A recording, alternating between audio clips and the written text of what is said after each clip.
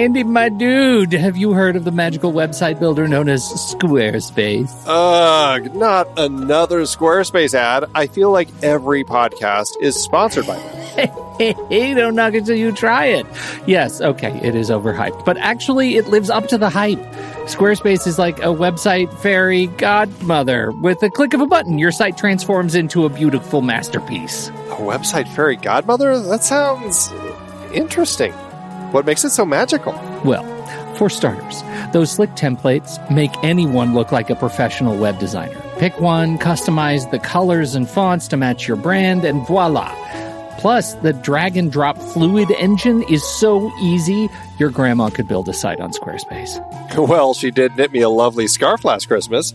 Maybe website design is next. Exactly. And when you're ready to sell your Nana's handmade scarves online, Squarespace has built-in e-commerce. Add a store with one click. Get flexible payment options. Then watch those sales roll in.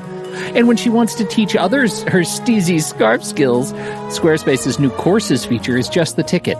Nana can set up her curriculum and enrollments and payments in a snap and become the next e-knitting influencer. Oh, wow, you really sold me with the grandma angle. Sign me up for that free trial. Just go to thenextreel.com/Squarespace and transform your site into a beautiful Squarespace masterpiece. Well, thanks, Pete. Even though it's overhyped, Squarespace actually sounds perfect for Nana's site's needs. Appreciate the warning on the ads, though. I'll brace myself next time I listen to a podcast. Anytime. Let me know if you need any help getting that site up and running.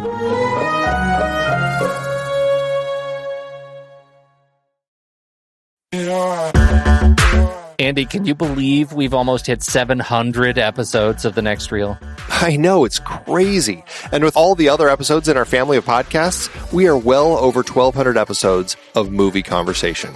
It's really pretty amazing that we've gotten to have these in-depth movie chats every week for over a decade now. And we couldn't have done it without our loyal community of film fans. Their support over the years has meant so much. For sure. That reminds me, we should give the merch store a shout out. Buying shirts from thenextreel.com/merch is a great way listeners can continue to support the show. Plus, they get to sport our great designs. Absolutely. I think sometimes folks forget we have a variety of shirts, mugs, phone cases, and more available. In fact, a great place to start is with a shirt sporting the Next Reel's logo. We also have that classic Fast Times Spicoli Surf School tee, or the weirdly popular Rusty's European Tour shirt. The one from National Lampoon's European Vacation. Why is that so popular? Search me, but we have sold a ridiculous number of those.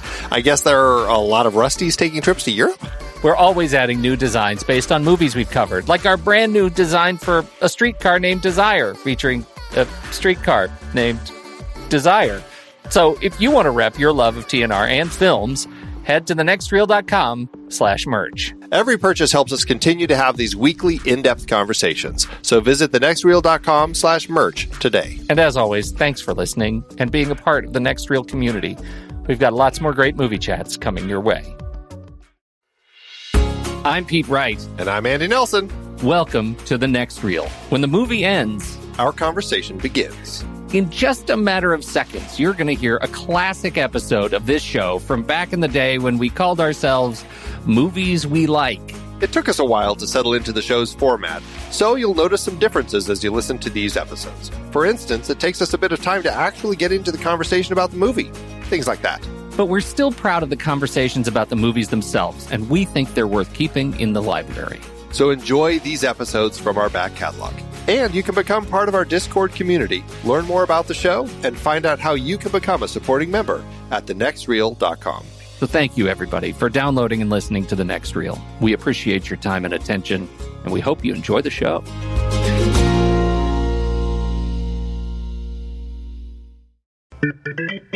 Welcome, everybody, to TNR Shorts, a quick flick from The Next Reel. I'm Pete Wright, and I'm here with Andy Nelson. Hello. A few weeks ago, I ran across this new site dedicated to movie trailers. It's called Trailer.Town, Trailer.Town, and it is a clean, a well-organized home for our favorite form of promotion. Today, we are joined by Joel Farris and Alex Carvalho.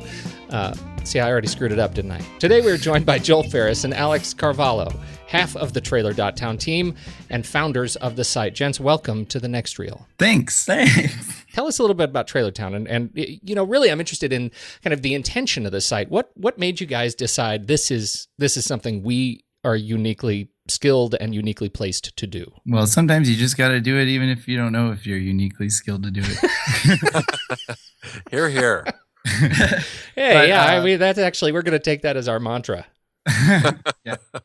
So, I mean, we are web designers and web developers, so we at least had that on our side. We weren't like, I have a great idea. We should go get some little developer to make it for us or something like that. But I can kind of give you the backstory for how it came about, if that's what you want. Oh, yes. Man of Steel was about to come out. So now we're talking about 2.5 years ago. Mm-hmm. I'm sorry to say that it's been that long since since the idea began. My wife, Jillian, who is our designer and one of the founders, she was looking for the trailer for Superman, the movie, 78. Thanks, Alex. And so she just pulled out her phone and was looking on YouTube. And every time she found something that called itself the Superman trailer, it wasn't actually the trailer. It was like a fan-made like recut or like super bad quality version, or it had like an ad before it that she wasn't patient enough to wait through. And so she just said like, Joel, you need to make a site where you already like found the trailer and you just put it there so we could go there instead of having to, wade through all the YouTube stuff. So this whole thing started as like a honeydew project. Like go clean the gutters and then build a website so that I can watch trailers. Exactly. And then the other things. No, and she actually did find it, I guess I should say. Like she found on like the 10th try, she was like, oh, here's a good one. And she watched it and was happy. Because we were going to get together with some friends and watch the old one. And we were trying to decide between that or Superman Returns. We went with Superman Returns. So. Okay, well, this may be a different show. She said that, and I was like, that actually would be cool. Sort of, we found it so that other people don't have to spend the time to find it, and then it might be something that's valuable. And then even started thinking, besides just having a bunch of old trailers, we could have a feed of the latest trailers. Like, that's something I would love to follow. Then I called my friend Alex. Alex would always text me. Like, I always found out about new trailers from Alex. So I was like, Alex would like this idea. Let's run it by him. Yeah, and then, instantly I loved it. I was texting him the moment I found out of it. Not that I was, like, super on top of it. I would wait until it was popping up in my Facebook feed or whatever. I don't know. I instantly latched on to, like, oh, well, this site would be perfect for me because, like, I love movies. I love film. I love like knowing when the trailers come out for these movies that I'm super excited to know about. So like it seemed pretty natural to want to make that for people like us who it's like, oh, we do like when like knowing when these film trailers come out and like love sharing it with our friends and love being the first ones to like tell our friends and stuff. Well, I also love trailers, and I get in trouble because we get feedback from great listeners who say, oh, trailers are evil. Trailers are all of the worst. They spoil everything. They're just the worst. And so I am deeply gratified that you guys are doing what you do because you're definitely my people. But when do you find you get that sort of feedback? I mean, do people come to you and say, why are you furthering this horrible? The trailers have gotten so bad. Why are you contributing to this space? Well, so okay, I will just come clean right off the bat and say that I love spoilers, to be honest. I read IO9's morning spoilers every day. Hallelujah. Thank you, right? Like, it doesn't take anything away from it for me. It builds the anticipation for me. I'm super excited. So, with that being said, like, I totally agree. Some trailers, I'm like, man, you really don't need to see the movie. They gave you all 3 acts and, like, that's it. But, I don't know. I think there are great trailers out there that like should be highlighted and praised, like, because I don't know, there are some that like stand alone and like I don't know, I still look back and I'm like, man, I love the Where the Wild Things Are trailer and just like how it made me feel just watching it. And it's a work of art in itself. Right, exactly. Yeah. And so it's interesting because it is a balance between work of art and the marketing machine, right? Oh, I knew as soon as I said that you were getting itchy to come back and bring up the marketing machine. Of course. No, I love trailers too. I do, sometimes I'm like, gosh, I feel like they really could have, not told us the whole story. I feel like they could have given us a better take on that and not really had to delve into the entire plot. But for the most part, I mean, I agree. I do enjoy watching trailers. People who complain about seeing all those trailers in front of movies, I've never been one of those people. I could sit there and watch an hour of trailers. I think what's interesting about a site that is really kind of built around trailers is you really have kind of a broad spectrum that you can go with the trailers that you have. I mean, right now you've got a lot of the recent trailers, but I mean, you could start building older trailers. And I mean, is the Superman trailer, the original Superman, have you found that one and put it up on here yet? Where are you guys going from here? Yeah. Okay, man. We have very big goals for Trailer.Town and the trailer curation of it all. And just the eventual goal is to have every trailer for every film. We want to be encyclopedic about it. We want it to be a place that you go to find the trailers and to be the trusted place that we have all of the trailers for that film. So yeah, basically the long-term goal is hopefully partnering with the studios themselves, because they hopefully have the highest quality versions of, especially of all those films that are older than 5 years and haven't made it to YouTube yet. That's certainly the thing we run into all the time on the shows that we do when we try and dig up the trailers. Of course, the series that we sometimes run into trouble with are like, we're going to do a series on 1938 films. And so, you talk about encyclopedic and I get lit up because this is a home for this is could be a really powerful resource. Where do you get your data now? Like, where are you building this by hand? Yeah. That's amazing. So at the moment, there are a few things on the site that were like bulk added and we haven't been able to fully correct them by hand. But that's the goal, is that every film on the site was entered by a person, namely Alex. not that it's all alone, but he's kind of in charge of it. And so, I mean, that really is the goal, because we see so many things out there that you can tell the stuff was brought in, not by a human, and it doesn't offer the kind of value that we want to offer. Well, not only that, but I mean, geez, I go to YouTube to watch a trailer and I find like 5 versions of it, and most of them have, a giant ad at the end of it, and trying to find a clean trailer that doesn't have all that junk is getting very difficult. Yeah, so YouTube was our go-to place for trailers, as I kind of, told in the origin story. But then we were really able to look and think about everything that we didn't like about watching a trailer on YouTube. So that's kind of one way we pitched the site, is like, we wanted something that was more theatrical and more like specifically focused on movies and good at what movies do. Like, it knows something about the movies themselves compared to YouTube. But, still, like today, when I go to the site, the trailers are being pulled from YouTube? Yeah, that's right. They're embedded. Okay. So what we found when we looked at it, not only did we find a few things that were annoying, like, oh, this one has an ad before it, this one has annotations popping up over it, and these are things that when you embed a YouTube video, you can disable them. So that's nice. But the studios themselves are posting their trailers on YouTube, and for the studio, it's usually like, this is the official place that we're going to link everybody to watch it. And so we're like, this is the high quality version that usually doesn't have an ad at the beginning or a banner ad or anything like that. Mm-hmm. So those are the ones that we seek out, and sometimes they're easy to find, sometimes they're not. How do you plan on? I heard you say that you want to really work on these relationships with the studios. Apart from that, how do you plan on sustaining the site? I mean, currently it's totally ad free. Is this? I mean, obviously it's a labor of love. When is it a labor of food? That's a good question. So it's not actually totally ad free right now. Our goal is to have a weekly sponsor. So just one film per week who wants to put their trailer up in our latest trailers feed. Ideally, that would be like a film that's about to come out into theaters.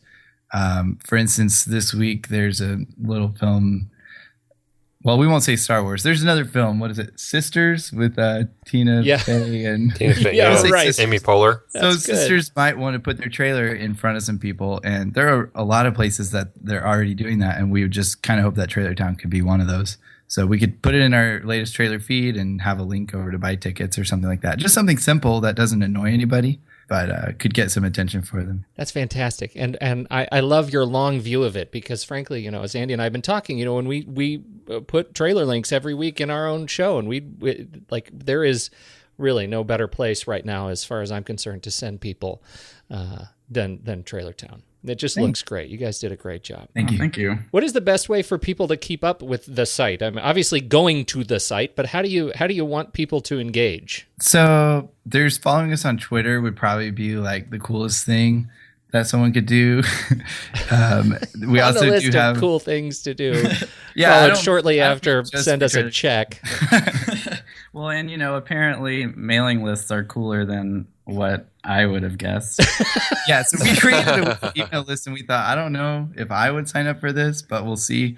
And so far, the reception has been pretty positive. A lot of people just saw it and entered their email address. So, and then we're talking about it on Twitter, and that was really encouraging.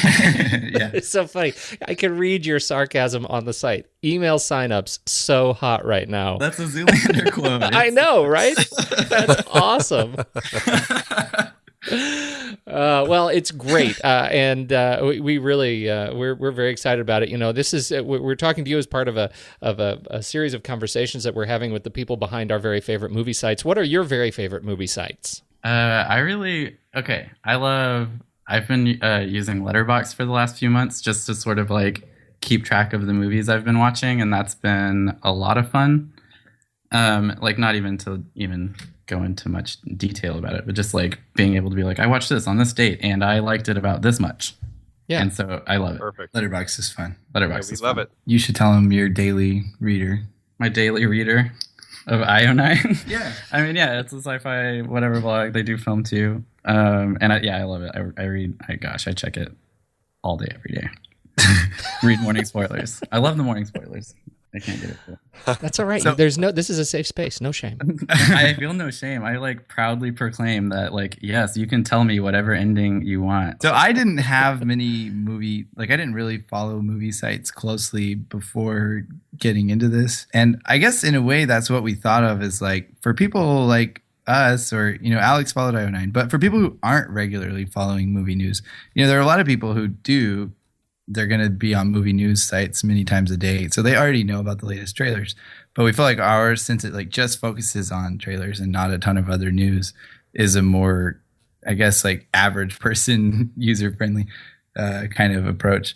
Although, hopefully movie nerds would like it too. So. What's your, when you sit back and look at the site, what is your very favorite feature, the thing that you are most proud of? So I don't know how you guys check out what's coming out later this year, but I pretty much would always go 20 whatever in film on Wikipedia, and they just have the ugliest Massive table of straight table. data. It's terrible. Yeah, it's just yeah, exactly. So my favorite feature right now is just that we have a film calendar that you can look at by month and see what's going to be coming out this year or next year. It really changes it to have that visual perspective instead of just glossing over the names that you don't even recognize. That's really true. And when you look at it, it's almost sort of hidden. So you the site comes up and it's on latest trailers and it's beautiful and you just start clicking on the trailers. But if you don't click the little caret, you miss some of the most exciting stuff. The film calendar, the most popular list, and of course, viewing by genre and emphasis. Tell me about emphasis. That's a good question.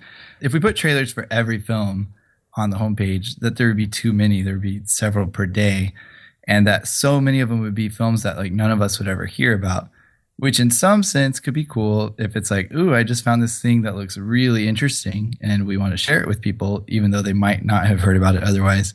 But in another sense, it's just too much information. We wanted, compared to some of the other sites out there, we really did want, when you show up at Trailer.Town, you'll recognize a few things right off the bat. So with that, we realized we need to place a different emphasis level on each film that we add. So we'll have low emphasis would be some of those things that we think might not ever hear about. Sorry. And then normal is the default. And then highlighted are the ones that we think are the biggest or most interesting looking. Oh, I just saw the little highlighted star on a trailer as I'm flipping through your calendar, and I was like, "What is that highlighted?" So that's good to know.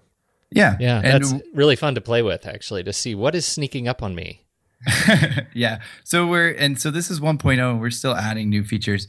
But one that would be great in particular to the calendar is when we enable filters for it, when you'll be able to see like just the highlights calendar. And that will be something we promote a little more because we really think nobody else has this. Like it's really easy to see the big films from this year and next year. As far as what goes on the homepage, we usually ask ourselves after watching it, do I regret having watched that?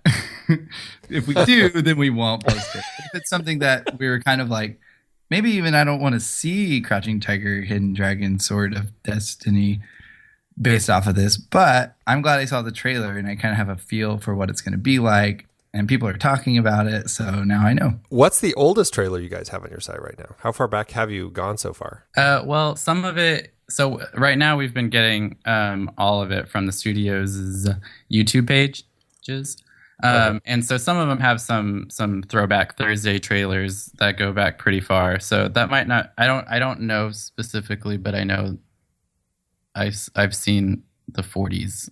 At least. So you do have. I see. I'm flipping through your calendar. I am in 1972. So I was going to say we can disclaim. Some of the like the film data for that film is not set yet, but it was 42 or something. It's a work in progress. It's a work in progress. Don't look past the first, several pages, and everything is perfect. Gotcha. And then my last question: what are some of your favorite trailers? Ooh. Okay. So I've already said it. I've already said the Where the Wild Things Are trailer, but I loved that. Gosh, that probably sparked it all for me. Actually, I downloaded it on my computer and would play it over and over and over again. But over and over again. Yeah, that's true. I really loved the Her trailer. Probably whatever that first teaser or trailer was for that. For Her the film. Right. Yes. Yes. Yes. Emphatically. Going way back, well, not really that far back, I really liked the trailer for Garden State. It was like the teaser where it was just like a song by Frou Frou playing and it made you feel the feels and you had no idea what was happening, but you wanted to see it. So we liked that one. And I really liked the trailer. I think it was probably the first one for Guardians of the Galaxy. Because I knew that Guardians of the Galaxy was coming, and I wasn't a huge comic book nerd, so I was like, this sounds really weird. There's like a tree and a raccoon, so it's probably going to be strange. It's probably going to suck. And then we saw the trailer for it. It was like, wow, this is probably going to be one of the best Marvel films yet. And that's how I ended up feeling about it in the end. So they accomplished a lot with that trailer, and it was just super fun. This has been a great conversation, gents. Thank you so much for joining us. And a special shout out to your compatriots who were selected out because of space around the microphone. And because not everybody's like, yeah, I want to do that at 10:30 p.m. Central Time. Oh, no. Where are you? Well, obviously, we're in Central. Austin. Yeah, we're in Austin. Okay. Very cool place. Well, thank you for staying up, past 10 o'clock to do a podcast. We sure appreciate you joining us on The Next Reel. Joel Farris, Alex Carvalho. You got it. Now I got it right at the end of Trailer.Town at Trailer.Town.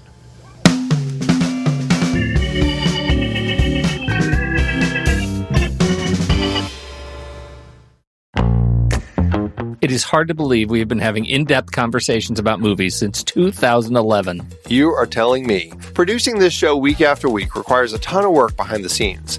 If you'd like to help support our efforts, one easy way is by using our Originals page when shopping for books and movies that we've covered. Just visit thenextreel.com/originals. Your purchases made through our links give us a small commission at no extra cost to you and allow us to keep having these great discussions. Season 5 had some great adaptations, like our Meryl Streep Oscar-nominated performances series. We covered adaptations like Kramer vs. Kramer, Sophie's Choice, and The French Lieutenant's Woman. It's a real Sophie's Choice between those books. You see what I did there? Yeah. And I don't think it's quite at the level of a real Sophie's Choice. We also did Snowpiercer for our Bong Joon-ho series, adapted from the French graphic novel Le Transpersonnage. Man, I love that movie. We had our two-part 1939 series that included adaptations like Gone with the Wind, Ninotchka, The Women, and The Hound of the Baskervilles. A number of those 1939 movies, like Goodbye, Mr. Chips, also tied into our recent 1940 Academy Award Best Picture nominee series. Our naughty children horror series had creepy adaptations like The Bad Seed, Village of the Damned, The Innocents, and Children of the Corn. For our Hayao Miyazaki series, we talked about his take on Lupin III with The Castle of Cagliostro, plus his own The Wind Rises. Some great listener choice picks too, Viridiana and The Great Escape. And for our David Mamet Wright series, The Verdict, The Untouchables, and Glengarry Glen Ross. Plus, Kiss Kiss Bang Bang from our Shane Black series adapted from Brett Halliday's novel, Bodies Are Where You Find Them. Dive into the sources for all of these at thenextreel.com/originals. Every book you buy helps support the show. Check out thenextreel.com/originals today and find your next read.